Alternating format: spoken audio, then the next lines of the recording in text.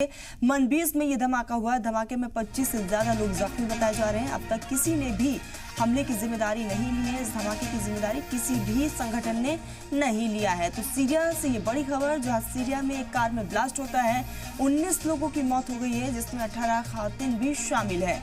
19 लोगों की मौत। सीरिया के मनबीज में ये धमाका हुआ है।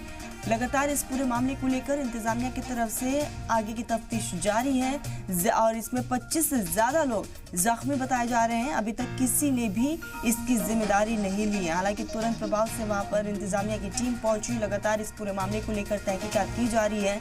तमाम घायलों को निजी अस्पताल में भर्ती करवाया गया है। खबरों के मुताबिक 25 से ज्यादा लोग इसमें बुरी तरीके से जख्मी हैं, जिनको अस्पतालों में भर्ती करवाया गया। फिलहाल इलाज चल रहा है और इस पूरे मामले को लेकर जांच पड़ताल का सिलसिला भी जारी है। तो सीरिया का ये पूरा मामला है, जहां अचानक से एक कार में ब्लास्ट होती है। 19 लोगों की इसमें मौत हो जाती है, जिसमें 18 खातून समेत 19 की मौत की ये खबर है। सीरिया के मानबीज में ये बड़ा हादसा हुआ है, बड़ा धमाका हुआ है और ये तस्वीरें देख रहे हैं, यही वो कार है जिसमें धमाका हुआ और उस कार के परखच्चे बुरी तरीके से उड़ चुके हैं। और ये तस्वीरें देख रहे हैं, एम्बुलेंस के जरिए लोगों को तुरंत अस्पताल में पहुंचाया जा रहा है। तो 19 लोगों की मौत, जिसमें 18 खातून बताए जा रहे हैं।